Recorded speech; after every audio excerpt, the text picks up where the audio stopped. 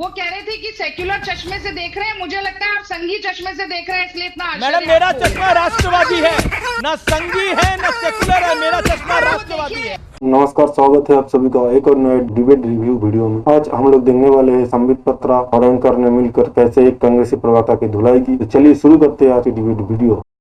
Picture चालू करो बे।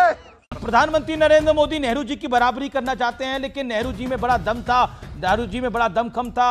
सही बात है, लेकिन अक्सई चीन भी नेहरू जी के जमाने में गया, पीओके भी नेहरू जी के जमाने में गया, ये सब चीजें नेहरू जी के जमाने में गई ना। और तो और हमने तो चीन को जो अपना हिस्सा दिया उसमें बोला ये बंजर था, वो भी नेहरू जी के काल में ही गया, जिसको आप मोदी के काल में वापस लाना चाहते हैं। आज अब मोदी से यही डिमांड करते हैं ना, ऑपरेशन सिंदूर में पीओके वापस आना चाहिए था। वो दिया किसने था? वो कांग्रेस की सरकार ने दिया था, पंडित नेहरू की सरकार ने दिया था। क्यों दिया था? क्या बढ़िया था। मैं आश्चर्यचकित थी कि भारतीय जनता पार्टी के प्रवक्ता ने अभी तक नेहरू जी का नाम नहीं लिया।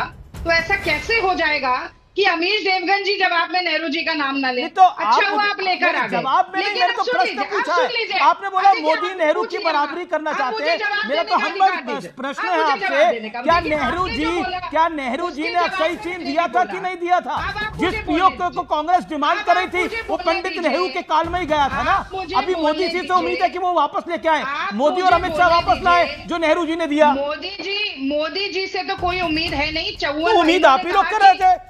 अरे भैया सुन तो पिछले लीजिए। 2 महीने आप लोग चिल्लाते रहे कि लाइए लाइए आश्चर्यचकित लाइए मत वापस, होइए। पीओके चाहिए हमें। आश्चर्यचकित मत होइए। वो कह रहे थे कि सेक्युलर चश्मे से देख रहे हैं, मुझे लगता है आप संघी चश्मे से देख रहे हैं, इसलिए इतना आश्चर्य मैडम मेरा आपको। चश्मा राष्ट्रवादी है, ना संघी है ना सेकुलर है, मेरा चश्मा आप वो राष्ट्रवादी देखिए। है। ये बड़ी अच्छी बात कही आप। जी जी जी, समस्या समझ सकता हूँ कि आपके नेता की बॉडी लैंग्वेज के कारण। और दूसरी बात, रागिनी जी ने अभी पिछले अपने वक्तव्य में फैंसी ड्रेस कंपटीशन की बात कही थी, तो मैं बताना चाहता हूं भारत की राजनीति में सबसे ज्यादा फैंसी ड्रेस अगर किसी ने दिखाई है तो 2014 में राहुल गांधी जी एकदम क्लीन शेप बढ़िया बाबा ब्रिगेड वाले थे। बाबा ब्रिगेड कांग्रेस में होती थी ना, आप ही का शब्द है, मेरा नहीं है। फिर अचानक 2019 का चुनाव आया, अब मंदिर मंदिर घूमने लगे, कुर्ते के ऊपर जनेऊ वाली फोटो ऑफिशियल प्रेस कॉन्फ्रेंस में दिखाई गई, ड्रेस चेंज हो गई। 2024 का चुनाव आया, अब कार्ल मार्क्स की तरह या सद्दाम हुसैन की तरह दाढ़ी बढ़ा के, अब टी शर्ट रख के, कुर्ता जनेऊ फेंक के अब आ गए दूसरी वाली ड्रेस में।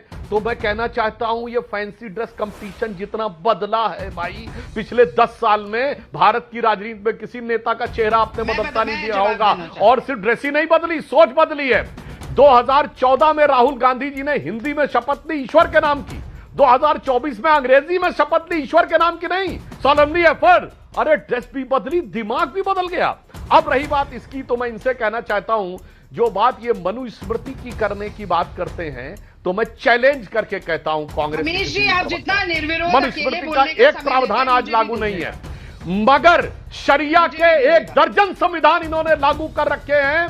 इन्होंने ट्रिपल तलाक, मेहरम, हलाला, हज सब्सिडी, 4 बीवी, 9 साल की बच्ची से शादी, वक्फ बोर्ड, मैंने 1 दर्जन गिना दिए हैं। इन्होंने इबारतें अंबेडकर को इमारतें शरिया में बदलने का प्रयास किया हुआ है और इसलिए Satish ji, I'll come to you, शरिया स्क्रिप्ट बना दिया। Okay okay okay okay okay